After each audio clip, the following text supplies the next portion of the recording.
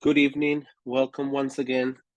This is History 1301, and I'm about to initiate Unit 2 for you guys. This is the meaning of cultures. In this unit, we're going to go ahead and go way more in depth into the colonial life of the United States. But before we travel to North America, we are going to speak about things that are happening in New Spain, in Mexico. And we're going to speak about some other stuff that is taking place in Europe, specifically the Protestant Reformation, which will motivate a lot of people to migrate to North America to begin with. All right, so this is New Spain during the early 1500s, with Mexico, of course, being, well, both Mexico and Peru being the most significant places for Spain due to their very abundant production of silver because of the mines. And so, as you can see, everything is property of Spain, with the exception of Brazil, that is property of Portugal. Of course, during this time, North America remains unexplored.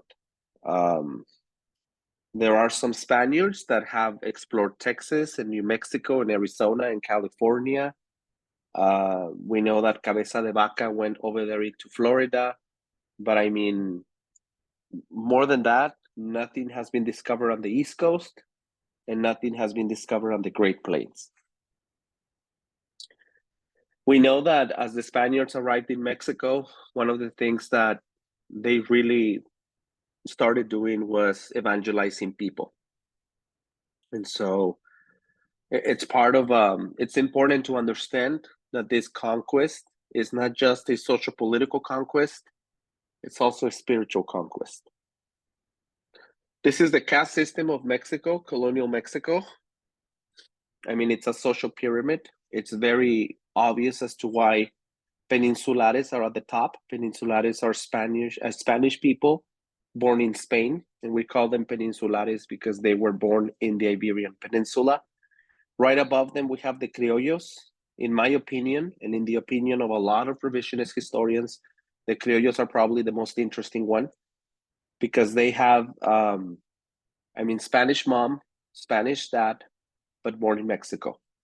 And because they were not born in Europe, even though they have pure Spanish blood, because they were not born in Europe, they are considered to be inferior to the Peninsulares. And as the years go by, the Criollos are going to develop a very strong sense of resentment towards the Peninsulares for not giving them the place that they deserve. One really good example, and some of you will know and some of you won't, but if it helps you use it, is Don Miguel Hidalgo y Costilla. 300 years later, this Catholic priest from Dolores, from Hidalgo, from Guanajuato, he's a criollo. And so when he starts the movement for independence, he's not really doing it for Mexico. He's doing it to see if the criollos can kind of finally attain the proper treatment and the proper regard and recognition that they deserve. And then we have mestizos right below the criollos. The mestizos are easy to remember, right? It's the blending between indigenous people and Spaniards.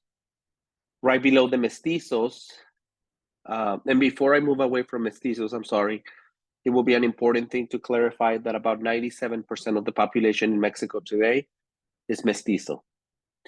And then right below the mestizo, we have Native American Indians, so the indigenous people. And then, of course, at the very bottom, sadly, we have enslaved people that have been brought to Mexico from either Africa or from the Caribbean. Now, it is important to remember that New Spain or colonial Mexico, they don't really have a system of slavery the way the United States will develop it. And let me kind of tell you what's one of the biggest reasons for that. Because you should know, it has a lot to do with economics. Mexico has an abundance of silver mines, especially in those regions known as Zacatecas and San Luis Potosí. And very quickly, the Spaniards realized that the Africans do not know how to work the mines. They're very good when it comes to working in the fields and in plantations, but they do not know how to work the mines. In fact, they start dying by the hundreds.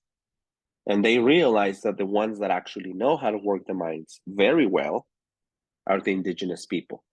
And so they begin to use the indigenous people for that kind of labor instead. And then we have the encomienda system.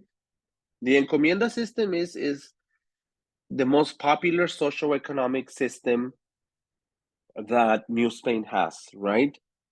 Quite interesting, to be honest. In the encomienda system, if you allow me, let me show you this diagram.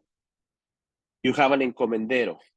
All of this land belongs to the encomendero, right? And notice the little houses, the little shacks, the very humble homes of the indigenous people. Of course, the indigenous people are the ones that are doing this forced labor, right?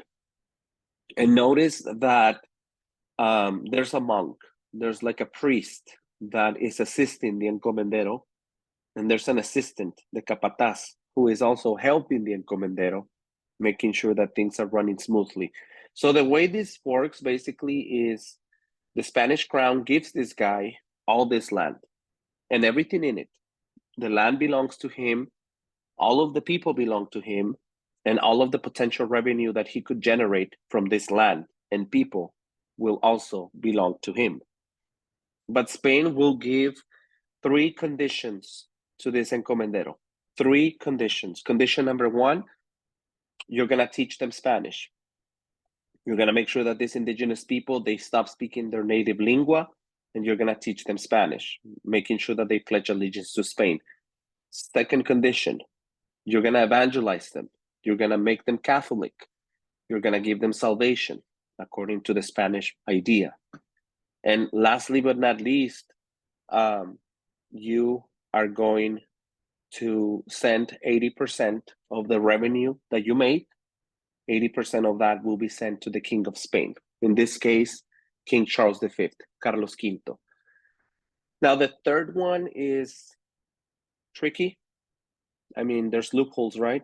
Mexico is very far away from Spain, and there's going to be a lot of corruption that's going to take place in New Spain. And of course, very rarely are we going to see an encomendero actually being honest and loyal to the king in terms of the things that he sends him, right? Notice that the main center for attraction in this community is the church. And so the church will play a very significant role in convincing these people, in threatening these people, that if they try to escape or that if they refuse to work, God will not provide them with the salvation that they want, right? And then it makes sense that on the outskirts of the community, you have a Spanish military fort, and on the other outskirts, you have the ruins of, or what's left of the Aztec temples, right? And then, of course, as you can see, just like in medieval Europe, they use the 3-field system, right? In order to make sure that there's always an abundance and a very wide variety of crops available. The system of repartimiento is something else that takes place in colonial Mexico. Again, the Indians were not slaves. They had access to land. In some cases and in some regions, they were paid wages, very low, but they were paid. And interestingly enough, believe it or not, they could not be bought or sold. They were not property the way slaves were property in the Chesapeake colonies like Virginia and Maryland in the 1600s, right? But many abuses by Spanish landlords were still being committed. Indians were being treated as second-class citizens, and they were being abused in so many different ways. Now that we're really diving into the whole indigenous situation, I want you to meet someone quite special. His name is Bartolomé Las Casas. Bartolomé Las Casas is a Franciscan priest from the Dominican Republic who has always been known as the protector of the indigenous people. Bartolomé Las Casas will start writing a very lengthy manuscript or essay. The name of his essay is The Requirement, or El Requerimiento. In El Requerimiento, de las Casas will emphasize that it is illegal to enslave indigenous people, that it is immoral, that it's not right. He will go on to say that the atrocities and the crimes and the acts of cruelty that the Spaniards have committed in the New World will be punished by God. And then he goes on to say that maybe the true savages are not the Indians. Maybe the true savages are the Spanish conquistadors who are clearly abusing their power and their authority. The things that he writes about in his manuscript, they make such an impact on the King of Spain, on Charles V. I mean, they make such an impact that Charles V will write a series of new legislations. And the name of this new legislation will be the New Laws of 1542. Now, you might wonder to yourself, why are the New Laws of 1542 so significant? Because you're emphasizing on them. And where exactly are you taking me with this? Before I take you there, I want you to meet someone else. This is Juan Guinness de Sepúlveda. Juan Guinness de Sepúlveda is another Franciscan priest. He is the opposer to Bartolomé de las Casas. Unlike Bartolomé, Juan Guinness de Sepúlveda believes that the indigenous people of the Americas were not precisely human entities, that in fact they were natural slaves, or as he would say, that they were animalistic. Sepúlveda also believed that the conquest of the natives was actually an act of charity by the motherland. And he said, and I quote, "We, Spain, have brought to these people the benefits of civilization, the benefits of religion, and the benefits and the huge privilege of being able to trade with Spain. The least they can do is submit." And so it's quite interesting to see how these two forces clash with one another. I mean, Sepúlveda is very, very disrespectful and very classist and very racist and very colorist when it comes to his descriptions of the indigenous people, right? He says, and I quote, "The Spaniards are perfectly right to govern these barbarians of the New World and adjacent islands." And I keep going. "They are in prudence, ingenuity, virtue, and humanity as inferior to the Spaniards as children are to adults." Completely disagree with that. "As women are to men." Completely disagree with that. "There being as much difference between them as that between wild and cruel and very merciful persons, the prodigiously intemperate and the continent and tempered, and I dare say from apes to men." At the end of the day, who wins the argument? The argument is won by Bartolomé Las Casas. That's great. And those are good news, because his manuscript inspires King Carlos V to write the New Laws of 1542. And let me explain to you about the New Laws of 1542, and let me summarize it for you in a very easy and really, really intriguing way. Yes, the New Laws of 1542 prohibit Indian slavery. Yes, they prohibit the establishment of new encomiendas. They also prohibit the inheritance of old encomiendas. And they are designed to protect Indians from encomenderos. However, the one thing that really stands out from the New Laws of 1542, and pay lots of attention to this, it infantilizes indigenous people. I repeat, legally speaking, now Indians are going to be children. And that's very important. Indians are going to be children from the moment that they're born until the moment that they die. And that's very significant, because according to the law of Spain, now that they're children, now that they're infantilized, you can't enslave them, you can't mistreat them, you can't abuse them, you can't exploit them. And these laws are going to be active for the next 300 years of Spanish domination in Mexico. Make a side note as I say this: when Mexico declares independence from Spain, and when the Mexican independence movement is going on in the early 1800s, mark my words as I say it, The Indians do not want to be independent. In fact, the Indians fight on the side of the Spaniards because they're very afraid that the criollos and the mestizos are not going to protect them the way the Spanish crown protects them. They say, and I quote, "Who's going to protect us now? We don't really want to get away from the motherland," right? So it's a very interesting dynamic, something quite unexpected. I agree. The Colombian exchange is something that you've heard about before. It's this massive network of communication, of migration, of trade, right? Between three continents, Africa, America, and Asia, and Europe, excuse me. And we know that this triangular trade, this Colombian exchange situation, is trading all kinds of things. You're trading flora, plants, you're trading fauna, animals, you're trading food, you're trading traditions and customs and religion, but you're also trading disease. This is a good diagram that shows you how the Colombian exchange works.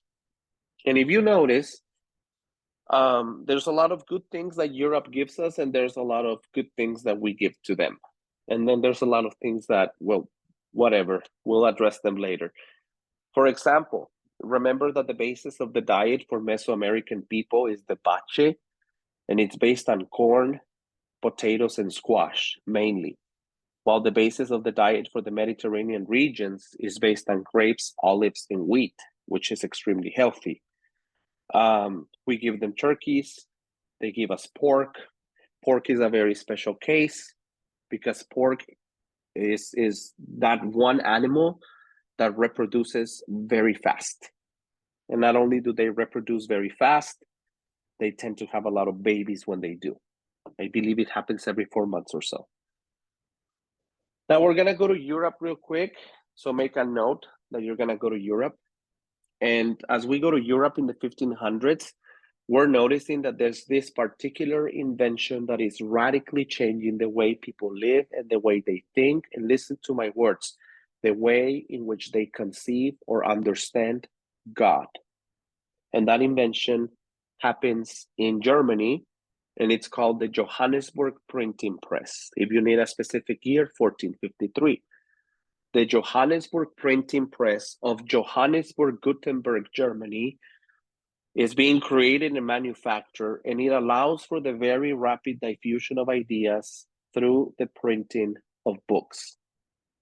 This is a map that shows you all of the different cities in Europe with the most concentration of printing press or of printing happening. Please take a moment to notice that Italy, especially northern Italy, is the place with the most printing happening. And let me clarify, it makes so much sense that it's Italy, because ever since the mid-1300s, Italy has been going through an era called the Renaissance. So it makes sense that this is the place where you have a lot of printing happening. Now, I do want to clarify something. The very first book to ever be printed in the world is the Bible. And yes, for the next 5-7 slides, the Bible is going to become the focal point of this discussion. Many people are going to start educating themselves on all areas of knowledge. And more people are going to start buying their own Bibles, owning their own Bibles, and listen to this for the first time in their lives. They're going to start learning how to read and how to write. And the very interesting, intriguing, important thing about the Bible is that it's one of those books that is very open to interpretation. And so prior to the printing press, when someone wanted to read a passage from the Bible or wanted to, I don't know, hear the word of God, as they said, they would call a priest, and the priest will go to their house and the priest will read the Bible to them, like a specific passage, right? The problem with that is that priests were able to lie and manipulate the truth very easily. And there was nothing you could do about it. You didn't even know if it was happening. But now that people can own their Bibles, they can read them and make their own interpretations. And as people begin to read their own Bibles, they begin to realize just how corrupt and how twisted the Catholic Church has been for the last 1,000 years or so. And so the Protestant Reformation begins. This movement is quite significant. Look at him. He is a monk. He's a priest. You're going to notice that he's dressed in black. That's because he's a Franciscan, and his name is Martin Luther. Now, Martin Luther is going to go out there and start the Reformation. He's going to write a very interesting manuscript or essay. It's called the 95 Theses. And in the 95 Theses, Martin Luther is going to criticize the corruption and the hypocrisy of the Catholic Church. And he's going to address a lot of different problems that he has been noticing throughout the years. For example, he's going to argue that salvation can only be earned through faith, and faith only, and not through good works, and not through large donations of money to the church. He's going to openly criticize the buying and the selling of indulgences, people that give very large offerings or tithes to the church in exchange for a ticket to heaven, literally like that. He's also going to argue that religious beliefs should be based on the Bible and the Bible alone, and that the Pope had no real authority. He's also going to argue that each person is equal before the eyes of God, and that people did not need a priest to explain the Bible to them, that people had the right to read their own Bible and make their own interpretations about the Bible. What's going to make Martin Luther a very brave person is that not only is he going to publish many copies of this manuscript, he's going to grab one of them and he's going to go and he's going to nail it in front of the door of a local church in Germany. And that will ignite fire. The Protestant Reformation has begun. Now, it's fascinating to us historians to see what he's doing, because he's aware. I mean, he's cognizant that he's beginning this massive radical ideological revolution. And he's also very cognizant that he is declaring war on the most powerful institution in the world, which is the Catholic Church. And so from there on, the Pope makes him a fugitive, right, and begins prosecuting him. And the one king who will help the Pope with lots of resources and with lots of weapons and with lots of patrols and police, right, would be King Charles V from Spain, because remember, Spain is a very Catholic nation. In Germany, serfs and slaves will revolt, and it makes sense.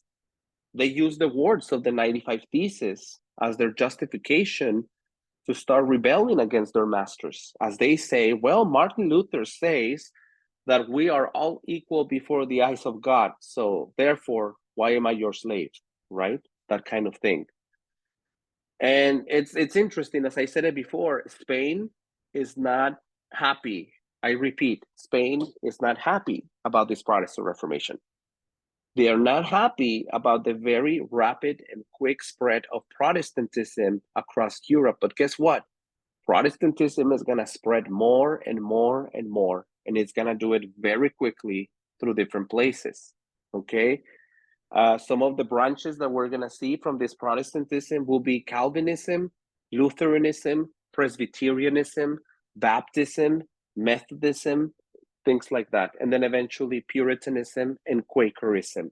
And then much later in the 1800s in Utah, in the United States, we're going to have Mormons. Now, the British perspective is also interesting. The British will capitalize on this situation. Let me explain something that very few people know, okay? The British used to be Catholic, just as Catholic as Spain. Until one day, one guy, or should I rephrase, excuse me, one of their kings changes that forever. His name is King Henry VIII. And King Henry VIII pretty much goes out there and he makes an appointment with the Pope, right? He's been trying to have a baby boy for the last 4 years. And his wife has not been able to give him a baby boy. He's had 3 daughters so far, but he wants a male heir. And so he goes to the Pope and he tells the Pope, well, this woman, her womb is useless, he says. She cannot give me a male heir. Please allow me to divorce her. And then the Pope says, no, those are actually not grounds for divorce. And when he says this, King Henry VIII says, you know what? So screw you. I'm going to make my own church. And he dismembers England from the Catholic Church forever. And he creates his own church. This church is called, and it's still active today, you've heard about it, the Church of England, or the Anglican Church. And who is the head of the Church of England? I'm sure you've heard this before as well. That will be the King or the Queen of Spain, of England, excuse me. And so that is how England kind of separates from Catholicism. As all these things are happening, the British are becoming very inspired by the experiences and the discoveries and the findings that this Italian explorer called John Cabot is having. He becomes the very first European explorer, in this case Italian, to go to the northeast coast of North America. In fact, many will say that he becomes the first one to navigate the Hudson River. Now, as we speak about England, there's no way we are going to walk away from Queen Elizabeth I. Queen Elizabeth I is the Queen of England and Ireland from 1558 to 1603. Notice when it ends, 1603, and the year of her death. Under the rule of Queen Elizabeth I, England will reach what we call a golden age, or an Elizabethan age.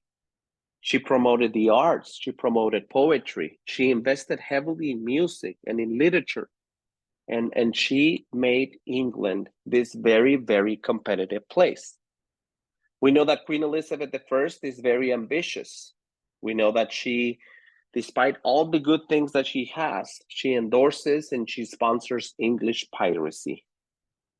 This is Queen Elizabeth I. Interesting fact about Elizabeth, who never married and always refused to have a husband or to have children. And when they would go up to her and ask her why she wouldn't have a family, she would simply say, a family or a husband is a distraction from my kingdom. Again, the Elizabethan age, the most exceptional and extraordinary period for England. And here we witness Sir William Shakespeare as he presents himself before the presence of Elizabeth I. That's right, many of the famous works of William Shakespeare were created specifically for the personal enjoyment of Queen Elizabeth. Works like The Merchant of Venice, Romeo and Juliet, Hamlet. You might need to remember, William Shakespeare is the personal playwright of Queen Elizabeth. But again, Queen Elizabeth is sponsoring pirates. And what is the one thing that she wants? She tells the pirates, go and intercept the Spaniards as they're coming back from Mexico and bring me the silver. Take the silver from them and bring it to me. And so it's kind of ironic, right? England is becoming very wealthy through the riches of Mexico. And so eventually, the British decide that it's time to explore and colonize foreign lands.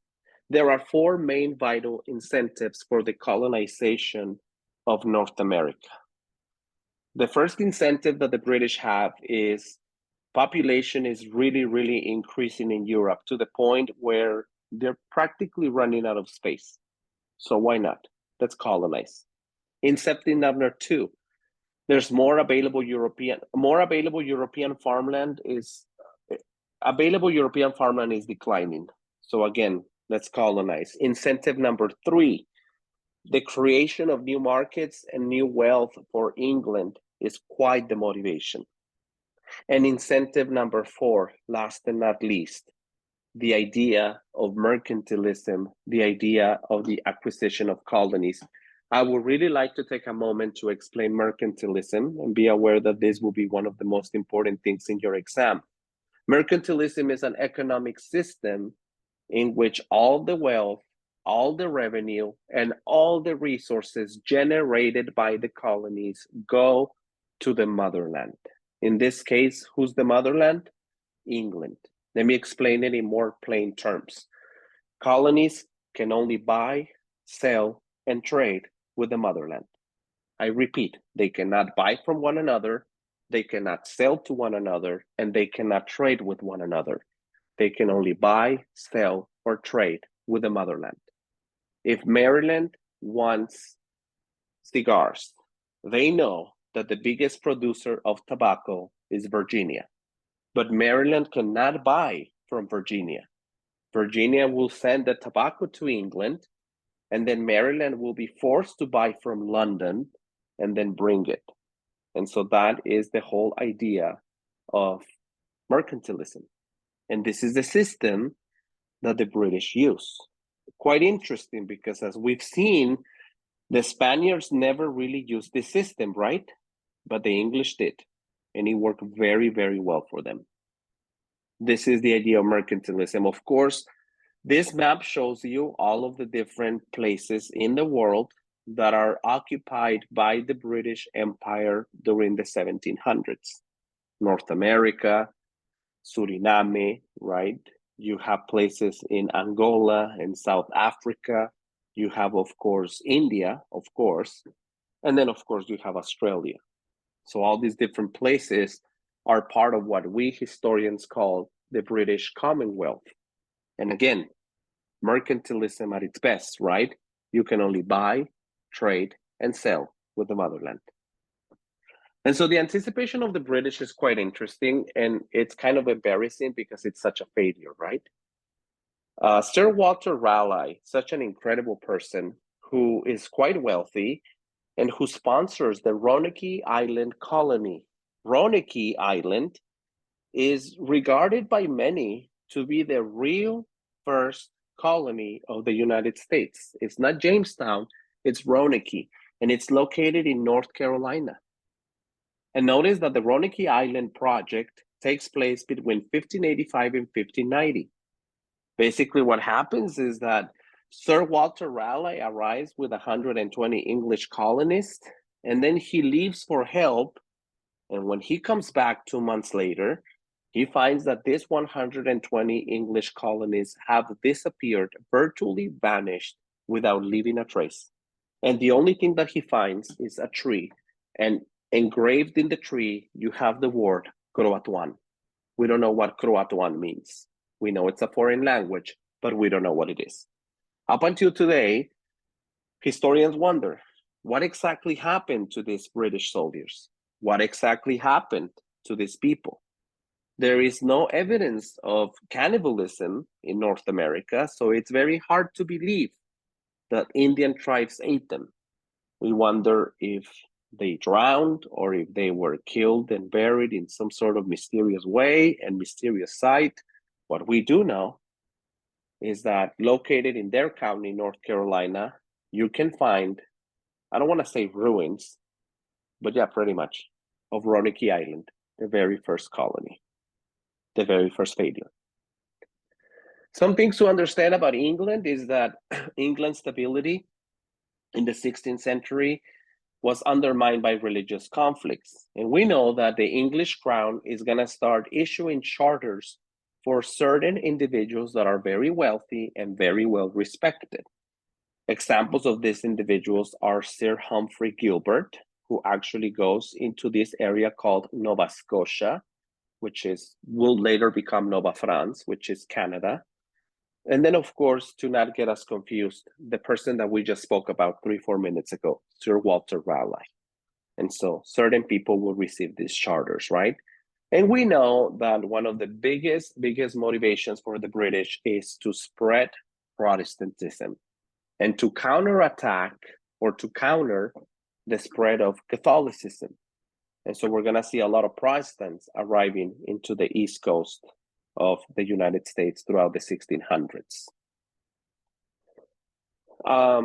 Back in 1516, there's this really interesting writer. His name is Thomas More. You might have heard about him at one point.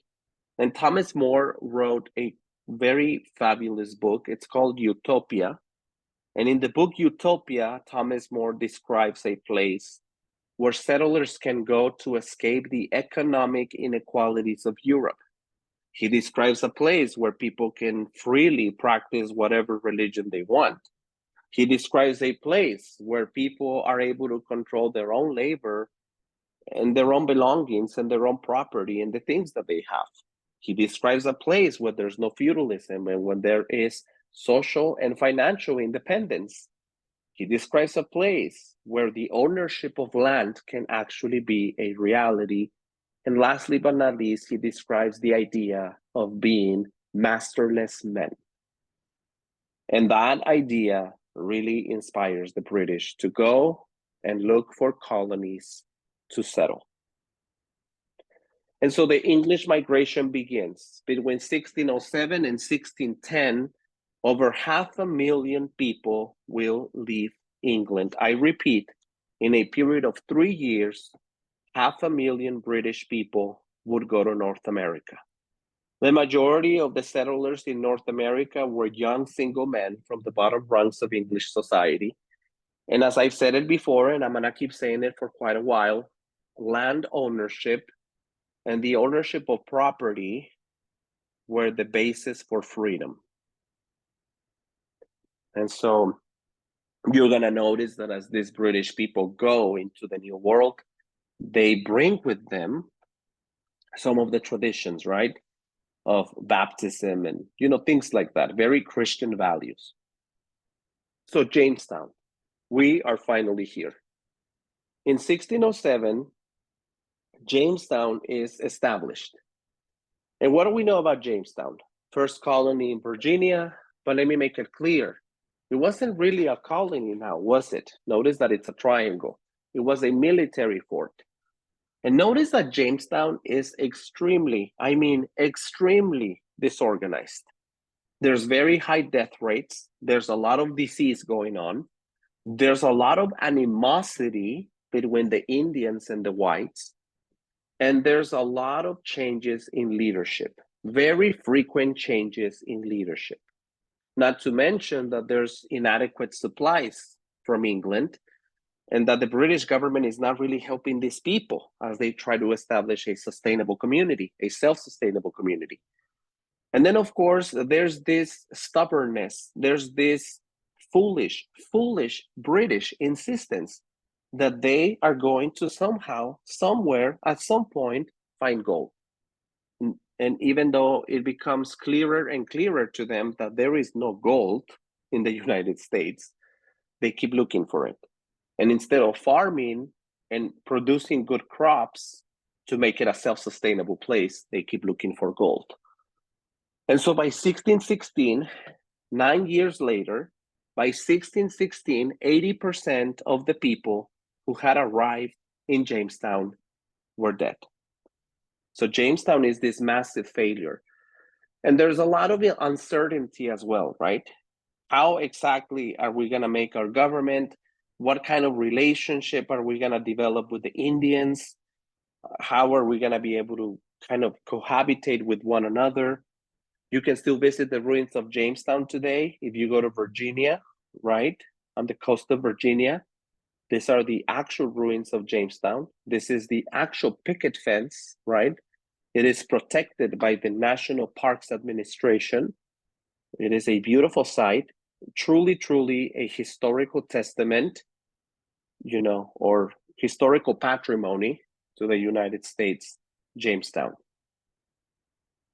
Of course, this image right here is very much from the British perspective, right? Because that's really definitely not how it went.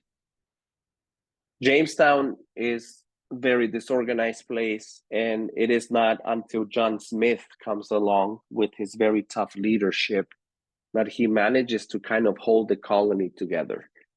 But even though he has this very tough, efficient leadership, it just wasn't enough. The House of Burgesses is something that I would like to speak about because this is the very first Congress or the very first government body that the United States ever had. And it happened in Virginia. It's very interesting because the House of Burgesses will be a Congress made up of the bourgeois. If you remember the French term bourgeois, being the opposite of proletariat. Bourgeois means elite and wealthy. So these wealthy officials, this wealthy assembly, let's call them representatives, even though they were not really directly elected by anyone, they kind of appointed themselves, are deciding which are the rules and the laws and the legislations that are the most convenient for Virginia. You would agree with me that a really big limitation and a really big problem with this is that you're having a bunch of rich, powerful people make all the rules. And so this is the House of Burgesses today. You can still visit it if you go to Virginia.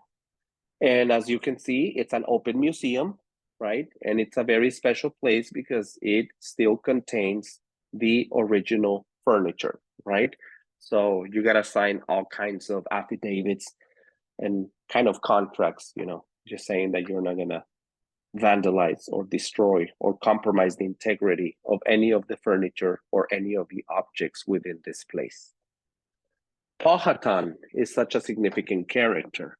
He is the leader of 30 tribes near Jamestown. And he, at first, as weird as it seems, at first he's kind of eager to trade with the British.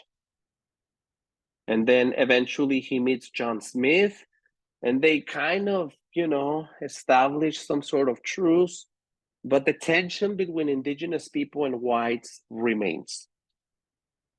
Pocahontas, or her original name, Matuaka, is the daughter of the chief of one of the neighboring tribes of Jamestown.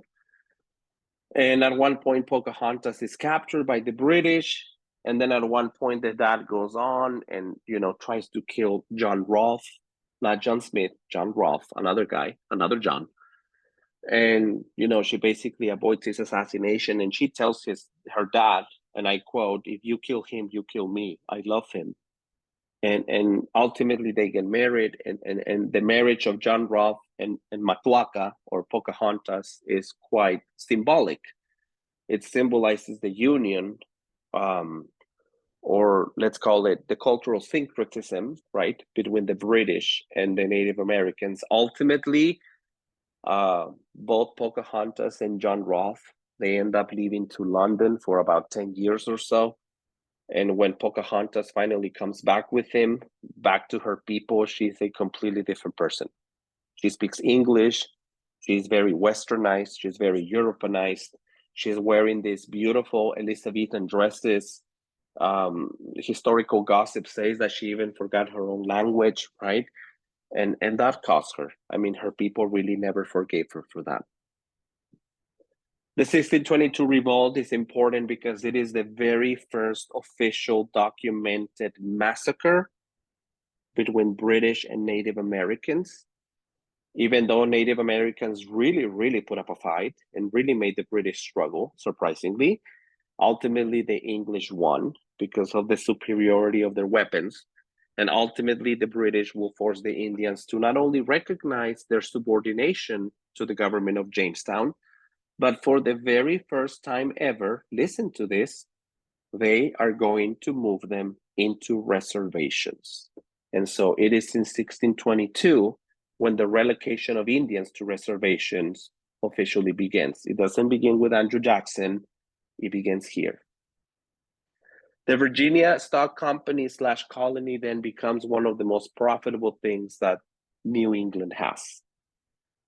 Tobacco was Virginia's gold. And I don't exaggerate when I say it. They produce so much tobacco. 30 million pounds of tobacco are producing by the 1680s, making Virginia the one place in the world that produces the most tobacco. And we know that cigars are such a luxury for people like the Ottomans and the Turkish and Eastern Europeans who will pay fortunes to be able to smoke, because back then in the 16 and 1700s, smoking was a sign of class, prestige, and status. And so Virginia is kind of like the place where you go to make money. This is a very weird comparison, but I feel that it's gonna work quite well with you guys. Think about Midland and Odessa, places where people go to make money on the oil business, and after they make bank, they come back. And it's pretty much what happens in Virginia. Virginia, the Society of Virginia doesn't really have a stable family life. Very rarely do you even see families. For the most part, you see single young men who are making good money through the tobacco plantations. And the few women that you see, it's surprising, and it's kind of comforting, given the context. The few women that you see, they actually get to have certain jobs as well, and they're actually paid for it. Maryland is a different colony. Just like in Virginia, tobacco came to dominate the economy, and just like Virginia became a plantation-based society, well, Maryland is going to go through the exact same thing. Maryland is also going to be heavily influenced by the tobacco plantations, and it's also going to be a plantation-based society for the most part. But Maryland is a little bit different. Maryland is founded or established in 1632 by Cecilius Calvert. And Cecilius Calvert is very clear about what he wants. He wants for Maryland to become a refuge for persecuted Catholics. Make a note of this. Maryland, then, is the only Catholic colony. And so we're going to see that the rise of Puritanism becomes a very abundant feature of the 13 colonies. Puritans believed that the Church of England retained too many elements of Catholicism, and so they're going to do everything in their power to divorce themselves or to separate themselves as much as they can from the corrupt practices of Catholicism. It's quite interesting to me because as Puritans immigrate into the New World, into North America, they do it with the hope of establishing a Bible commonwealth that can ultimately influence England. They say, and I quote, "Our goal is to establish a city upon a hill that can become a beacon of light to the world," they say. And so we're going to have pilgrims sailing in 1620 to Cape Cod aboard the Mayflower. That's the name of their boat. And before going ashore, the adults will sign what we know as the Mayflower Compact. Listen to this because this is huge, okay? The Mayflower Compact being the very first written form of government that the United States ever had. Before the Constitution, before the Articles of Confederation, you have the Mayflower Compact. So you already have the first government body, which is the House of Burgesses, 1619, and you have the very first government document, which is the Mayflower Compact, 1620. And notice what they do. After they sign the Mayflower Compact, all of them, and I mean all of them, look at the image, they kneel down and they pray and they give thanks to God and they start their new life. And so this creates the very famous, or should I say, the very infamous Massachusetts Bay Company. And so Massachusetts is chartered in 1629 by a lot of London merchants. It's about 25 of them. They want to further the Puritan cause, and they really want to make a profit as they trade with the Indians. They managed to do both. And the Massachusetts Bay Company very quickly becomes the Massachusetts colony. It's quite interesting to understand and very significant to understand that we have different types of colonies, right? We have the Southern colonies, the Chesapeake colonies, the New England colonies. New England settlement was very different from the settlement in the Chesapeake colonies. And let me explain. When I say Chesapeake colonies, I'm referring to two colonies, and the two of them are plantation-based. And yes, the two of them, foreshadowing, are going to be very, very, very slave-driven, Virginia and Maryland. But New England is different. New England doesn't have as many slaves. New England has a more equal balance of men and women, so you see way more families. It's a family place. New England enjoys a better, nicer, healthier climate, and New England has just different geographical features. And of course, their economy and their industries will be different. For example, you go to places like Massachusetts, places in the coast like Connecticut and Rhode Island, their main industries are fishing. And it makes sense, right? They're peninsulas. So going back to Massachusetts, here we have the very famous quote. Our goal is to build a city upon a hill that can become a beacon of light to the world. And the name of the very first colony's governor, the name of the guy that founded Massachusetts, you have it, John Winthrop. And John Winthrop was a very deeply religious man. He distinguished between two kinds of liberty. There is natural liberty, he says, which means that you get to do whatever you want and you get to act without restraint and without any consequences. And then there's moral liberty, which means that you are going to be free, but you're always going to be cognizant and aware and careful about never harming others or about conducting others to sin or evil. Now, I don't know how you're going to feel about what I'm about to say, but Massachusetts, despite Massachusetts being the most religious place in the 13 colonies, gosh, Massachusetts was the worst place to live in because it was the place with the highest divorce rates, with the most crime, with the most lawlessness, right? We know that Massachusetts was organized into self-governing towns, which was comforting. That's good to hear. We know that each town had a congregational church and a school. And we know that they invested so much money in the creation of a very specific university. The name of this university is Harvard College. But Harvard was not the Harvard that we know today. Harvard was established in 1636, and the main purpose of Harvard was to train and educate ministry, to train priests and pastors. Full church membership was required in order to participate in town elections. Church and colonial government were absolutely linked. And I hope that you're able to identify that pattern by now. Church and state are clearly not separated. Puritans, as religious as they were, as benevolent as they said they were not tolerant of other religions. If you were a Catholic or a Jewish or some sort of other religion, they would cast you out like a leper. Massachusetts, it's such a problematic place to be in. But Rhode Island and Connecticut will appear. This guy right here, his name is Roger Williams, a young minister, a young preacher that argued that any citizen should be free to practice whatever religion they please. Roger Williams believed that it was essential to separate church and state. That church and state should not be two things that should be linked to one another. And so Rhode Island and Connecticut will be officially banished from Massachusetts in 1636 for their rebelliousness and for their sinfulness, they say. And Roger Williams will successfully establish Rhode Island the same year. Rhode Island becoming one of the most interesting places in the 13 colonies, despite its very small size. Rhode Island becoming one of the first places to actually offer religious freedom. Rhode Island then became a beacon of religious freedom, and it clearly became an example of what democratic governments should look like. Let me say something else, as controversial as it is.